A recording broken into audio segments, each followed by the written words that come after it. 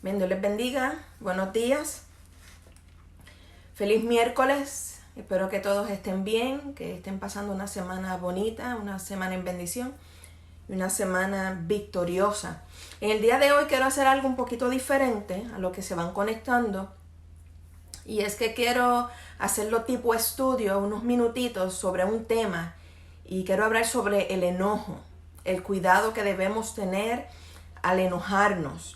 Y sabemos que el enojo es una emoción que cada uno de nosotros los seres humanos tenemos, que nos lleva muchas veces a hacer cosas que no debemos hacer o a sentirnos de alguna manera que nos lleva a un desbalance interior, a un desbalance espiritual, porque no sabemos manejar los enojos o las molestias que tenemos, sean porque gente nos hace cosas que nos dañan o sea porque nosotros mismos muchas veces hacemos cosas que sabemos que están incorrectas y dentro de eso pues nos enojamos y nos sentimos mal y comenzamos entonces aún a mirarnos al espejo y tener un mal sentimiento con nosotros mismos. Yo sé que han habido personas que dentro de sus enojos han hecho barbaridades, como decimos, han hecho acciones contra otras personas que les han llevado aún a la cárcel. Quiere decir que es importante que todos nosotros tomemos en cuenta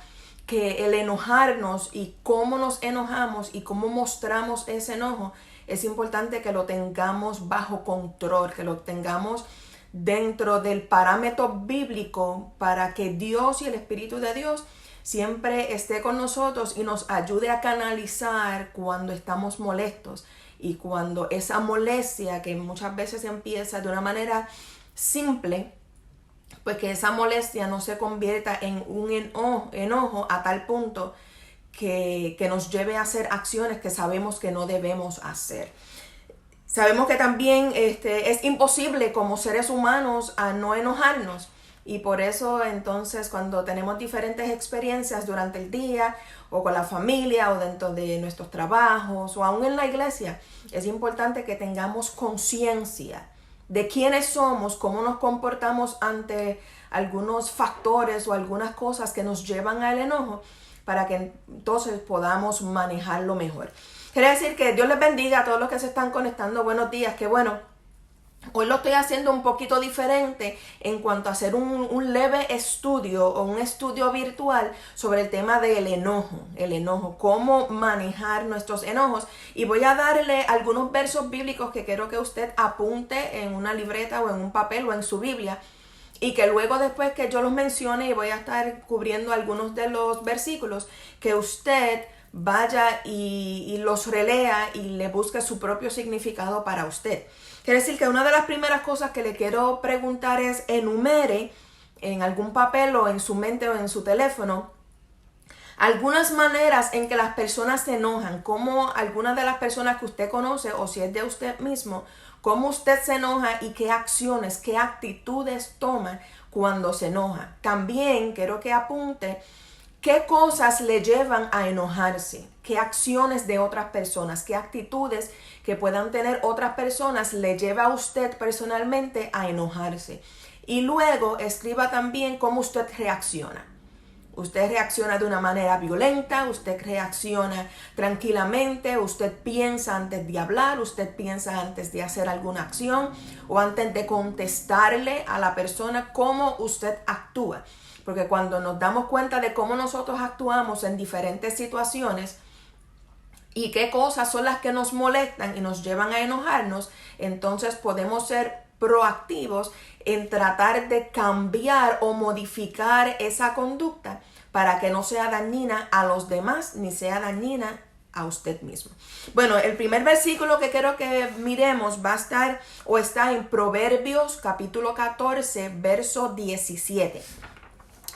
Proverbios 14, verso 17 y dice: el que fácilmente se enoja hace locuras y el hombre perverso será aborrecido.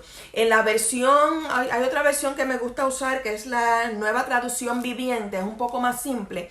Ese mismo verso en Proverbios 14, 17 dice: los que se enojan fácilmente cometen locuras Los que se enojan fácilmente cometen locuras y los que maquinan maldad son odiados. Quiere decir que nos está diciendo ahí, si usted fácilmente y yo fácilmente nos enojamos, así de fácil vamos a cometer una locura. Y nosotros no queremos hacer eso. Nosotros queremos ser cuerdos, no necios. El segundo verso está en Mateo capítulo 5, del verso 21 al 22. Y luego dice, hablando de Jesús y Jesús hablando de la ira, dice, oísteis que fue dicho a los antiguos, no matarás, y cualquiera que matare será culpable de juicio. Pero yo os digo que cualquiera que se enoje contra su hermano será culpable de juicio, y cualquiera que diga necio a su hermano será culpable ante el concilio, y cualquiera que le diga fatuo quedará expuesto al infierno de fuego. En la versión un poquito más simple dice, han oído que a nuestros antepasados se les dijo, no asesines. Si cometes asesinato quedarás sujeto a juicio. Pero yo digo, aún si te enojas con alguien, quedarás sujeto a juicio. Si llamas a alguien idiota, corres peligro de que te lleven ante el tribunal, y si maldices a alguien, corres peligro de caer en los fuegos del infierno. Y la pregunta en cuanto a ese versículo sería, ¿por qué la persona que se enoja hace que otras personas también se enojen? Y esa es la pregunta que después que usted vuelva y lea esto, yo quiero que usted se haga. ¿Por qué la persona que se enoja hace que otros también se enojen? Bueno, y ese es el enojo perjudicial. El primer enojo de Proverbios 14:17 es el enojo del necio.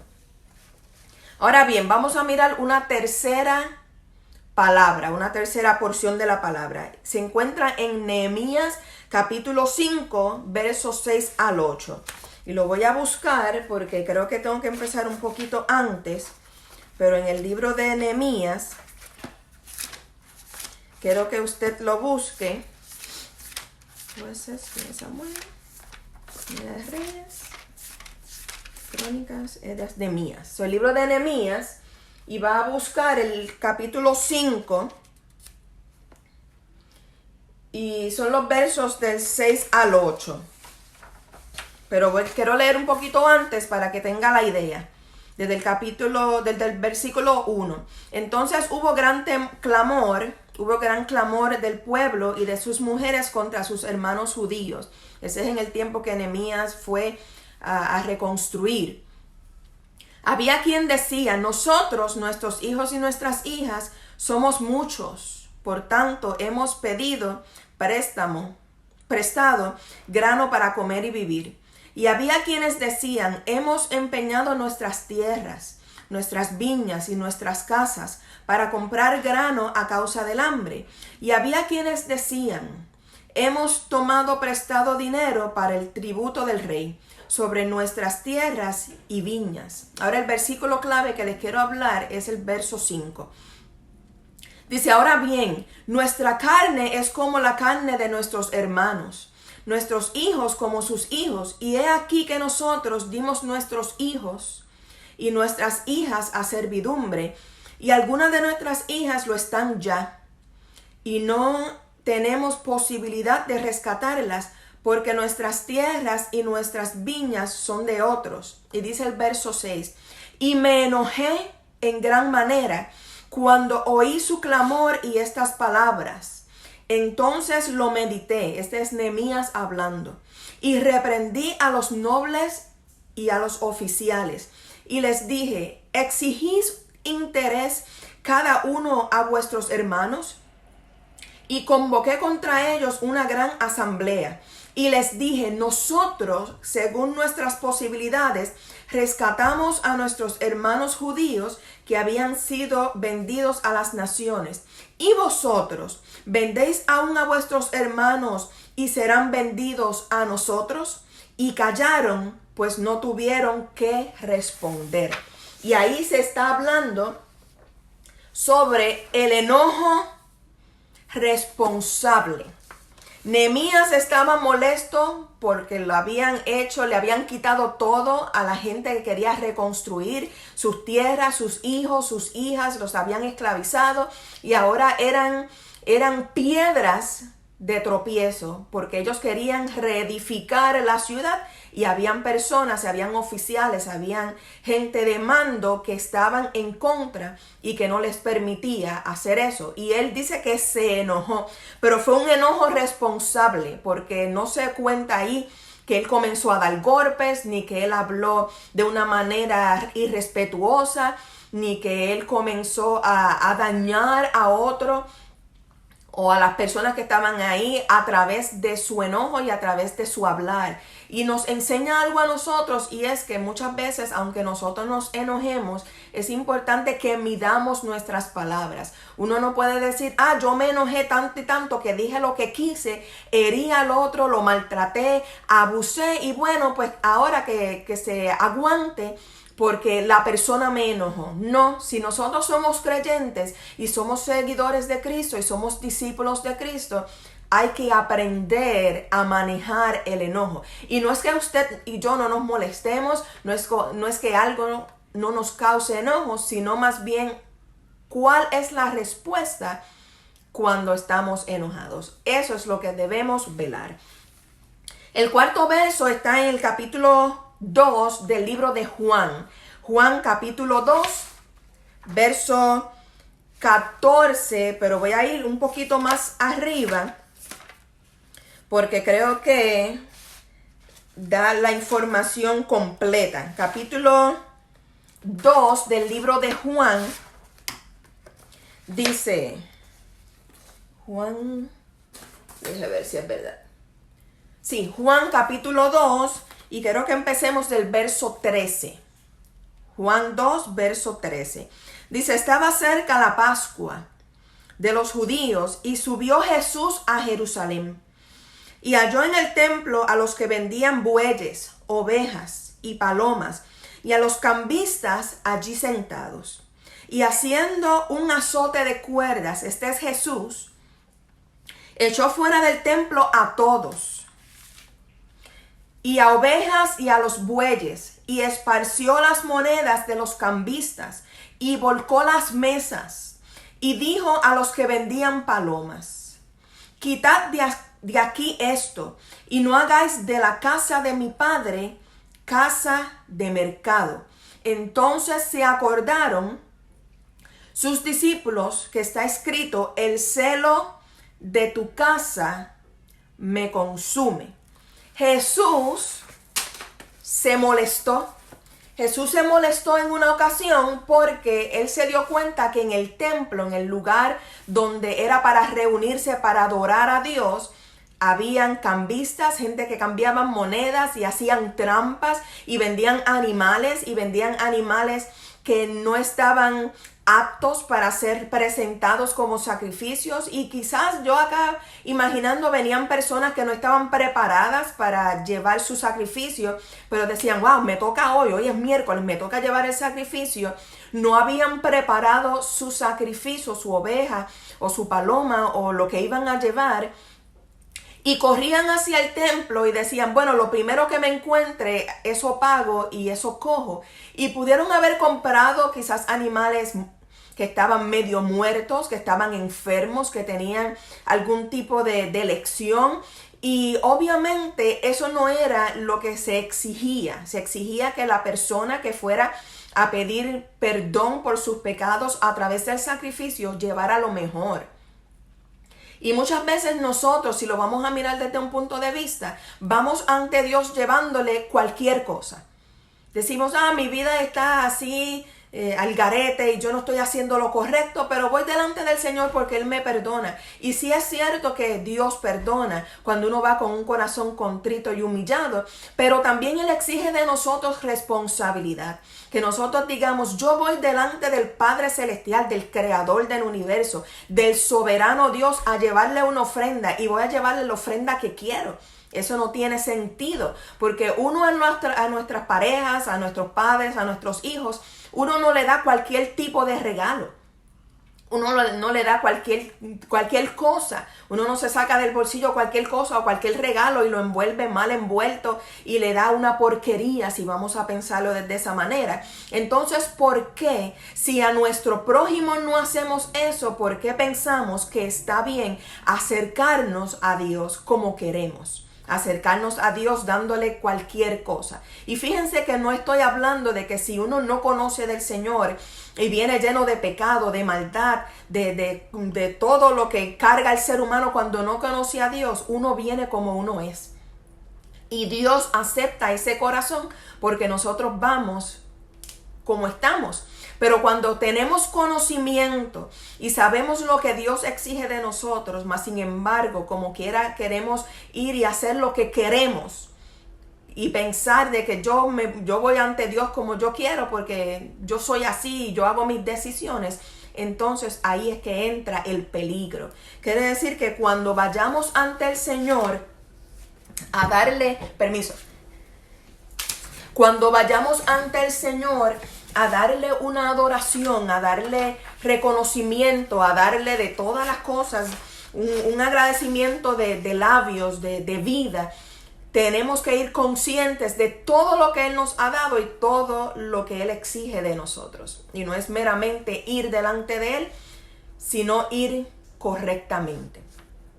Ahora, quedan 2 versículos. Ese era el enojo justo. Enojo justo, Juan capítulo 2, verso 14 al 16, aunque leí un poquito antes. El otro verso está en Lucas capítulo 6 y es el enojo moderado. Capítulo 6 de Lucas, verso 27, y déjame ver si tengo que ir un poquito antes, pero el capítulo Lucas 6, verso 27 al 29, pero quizás voy a leer quizás desde el 26 para que esté un poquito más claro. Dice, ay de vosotros cuando todos los hombres hablen bien de vosotros, porque así hacían sus padres con los falsos profetas. Ahora el verso 27, pero a vosotros los que oís, os digo, amad a vuestros enemigos, haced bien a los que os aborrecen, bendecid a los que os maldicen, y orad por los que os calumnian. Verso 26, 27, 28. Y el verso 29 dice, al que te hiera en una mejilla, preséntale también la otra. Y al que te quite la capa, ni aun la túnica le niegues. El verso 30, a cualquiera que te pida, dale.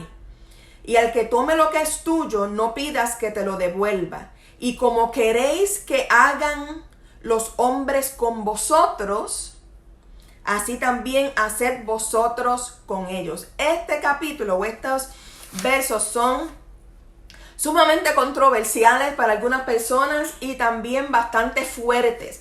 Porque están diciendo, ¿sabes qué? Si tú sabes que alguien te aborrece, bendícelo.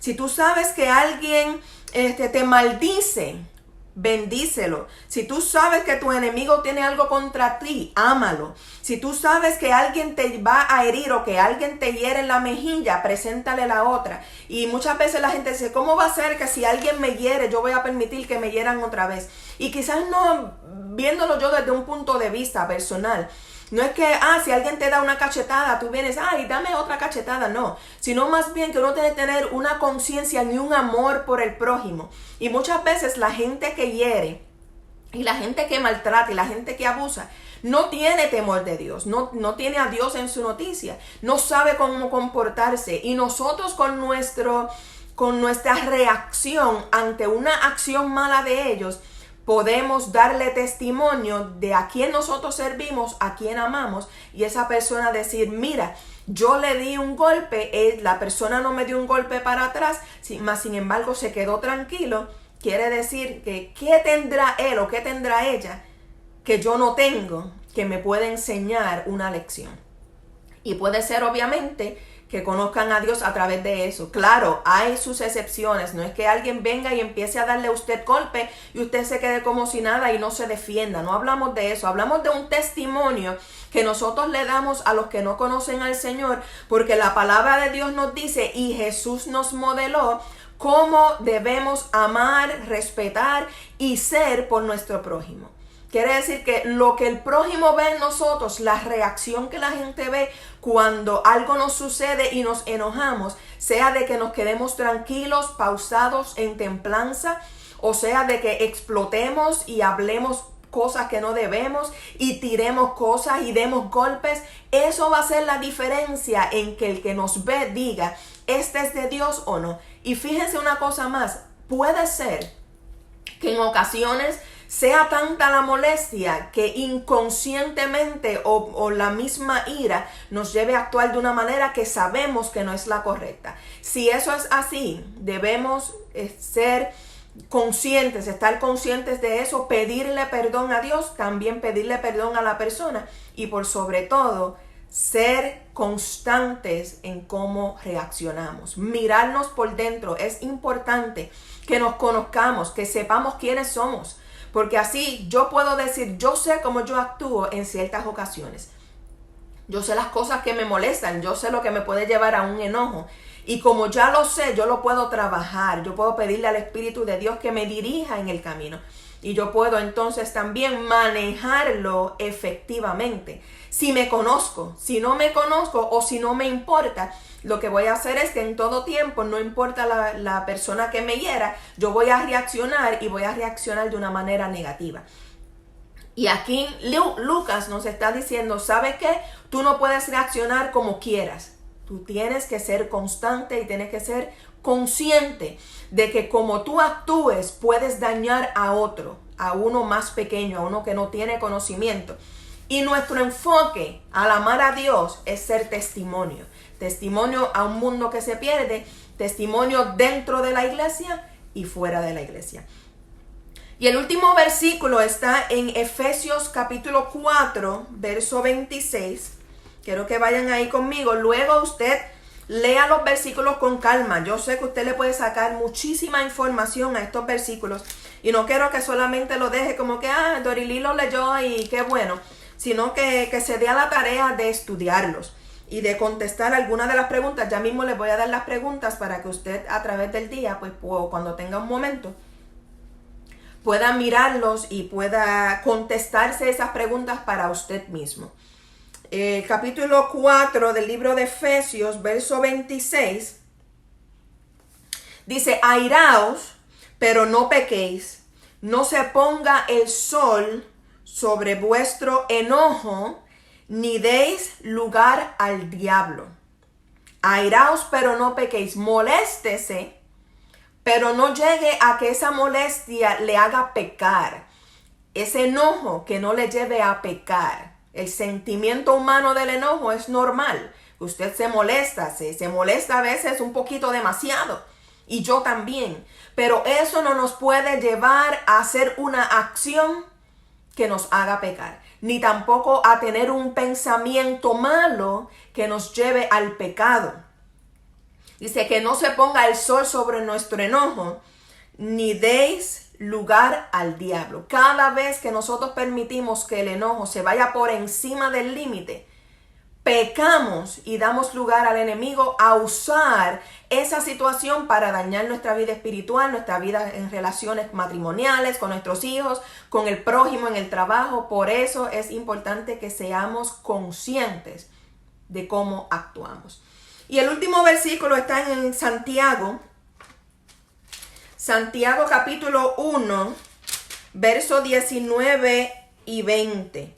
Y esos versículos dicen, Santiago capítulo 1, versos 19 y 20. Y Dios les bendiga a todos los que están por ahí. Qué bueno. Espero que esto que le estoy trayendo pues sea de ayuda para usted y también para mí. Santiago capítulo 1. Verso 19 y 20. Dice, por esto, déjame leer un poquito más arriba. El verso 13. Cuando alguno es tentado, no diga que es tentado de parte de Dios. porque Dios no puede ser tentado por el mal, ni Él tienta a nadie. Dios no tienta a nadie, sino que cada uno es tentado cuando de su propia concupiscencia es atraído y seducido. Lo que hay en nuestro interior y los deseos de la carne que están en cada uno de nosotros, aún siendo cristianos, tenemos luchas en diferentes áreas. Esos mismos deseos hacen que nosotros seamos tentados en cosas. Y esa tentación dice que nos atrae y nos seduce. Luego dice el verso 15, entonces la concupiscencia, después que ha concebido, da a luz el pecado. Y el pecado, siendo consumado, da a luz a la muerte. Amados hermanos míos, no erréis. Toda buena dádiva y todo don perfecto desciende de lo alto, del Padre de las luces, en el cual no hay mudanza, que Él no varía, Él no cambia, ni sombra de variación. Dios no cambia. Él dice la palabra que Él es el mismo ayer, hoy y por los siglos de los siglos. Dice el verso 18, Él de su voluntad nos hizo nacer por la palabra de verdad para que seamos primicias de sus criaturas. Por esto, mis amados hermanos, todo hombre sea pronto para oír, tardo para hablar, tardo para airarse, porque la ira del hombre no obra la justicia de Dios. Y después dice, por lo cual, desechando toda inmundicia y abundancia de malicia, recibid con mansedumbre la palabra implantada, la cual puede salvar vuestras almas. Sed hacedores de la palabra y no tan solamente oidores, engañándoos a vosotros mismos. Esta palabra, usted tiene que leer el capítulo completo del libro de Santiago porque tiene tanto y tanto para confrontarnos a nosotros en cómo debemos cuidarnos, en cómo debemos cuidar nuestro interior, nuestra vida espiritual, nuestro oído, nuestra boca. Dice que uno sea presto para escuchar, pero tardo para hablar. Y muchas veces lo que nos lleva a que dentro de nuestras molestias y nuestro enojo, a que hablemos cosas de más, es que escuchamos poco y hablamos mucho. Y la palabra aquí en Santiago nos dice que sea al revés, que nosotros no permitamos que el enojo, tome el control de nosotros a tal punto que no escuchemos y que hablemos de más. Porque si hablamos de más, dentro de las muchas palabras, siempre se cuela el pecado y siempre se cuela una raíz que puede aún echar muchas más raíces y convertirse en un pecado y en algo que nos va a llevar a la destrucción personal y también espiritual. Quiere decir que hoy hablamos sobre el enojo, esa emoción que claro está no podemos evitar, pero que podemos modificar y que podemos controlar. Y cada uno de nosotros tiene la habilidad por medio de la palabra de Dios a tener dominio propio. Y es importante que lo ejerzamos. Ok. Para terminar, estas son las preguntas que usted se va a hacer y si a alguien le interesa, yo se lo puedo mandar por su correo electrónico. Déjeme saber abajo en algún comentario si desea que se lo envíe, porque yo creo que va a ayudarnos mucho, aparte de que estamos escuchando o que leamos las versiones o la palabra. Podemos también internalizar por las preguntas cómo estamos. Quiere decir que Proverbios 14:17, el enojo necio, dice, la pregunta es, ¿qué has hecho de manera precipitada y por causa de un enojo?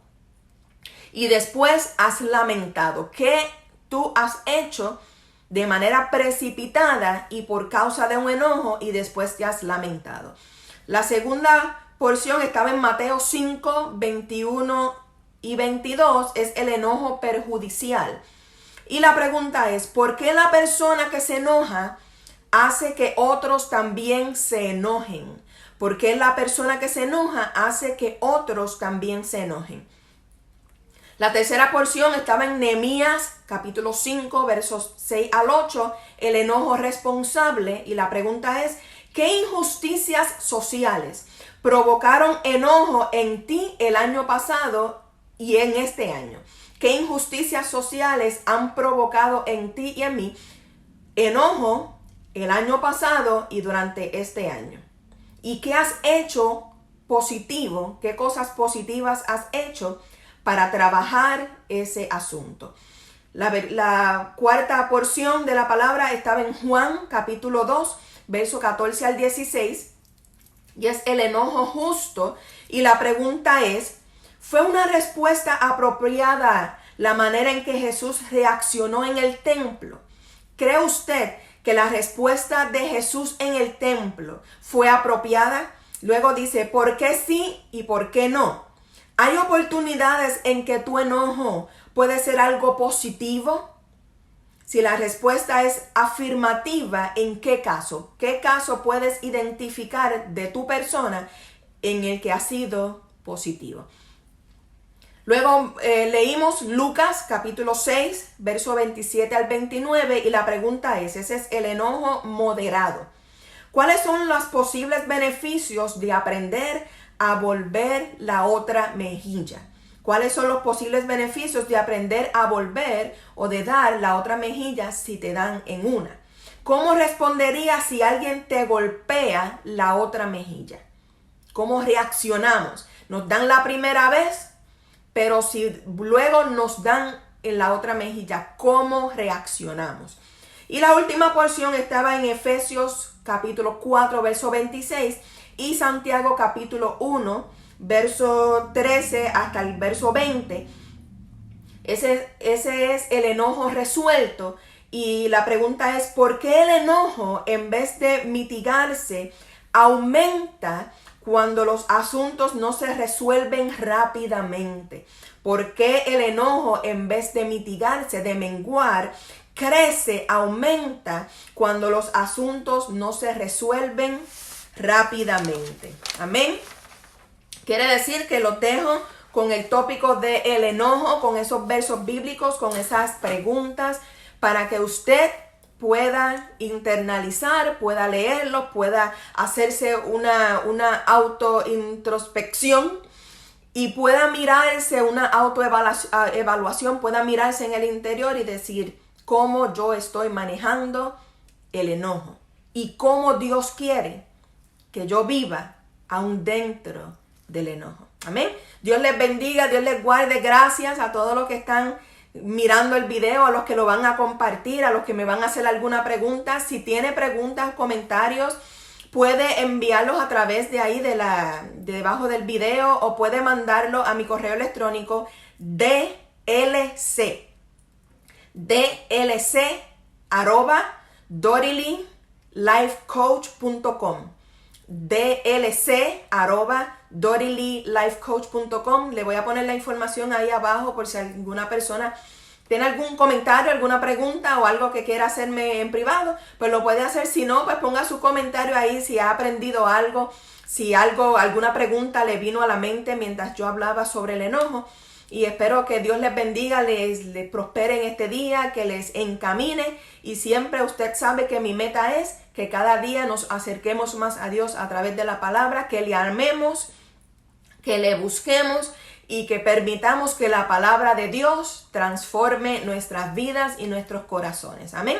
Dios les bendiga. Gracias a toditos. Veo mucha gente por ahí, pero no quiero mencionarlos a todos, porque después si alguien se me queda, no quiero que se sienta mal y se enoje usted conmigo.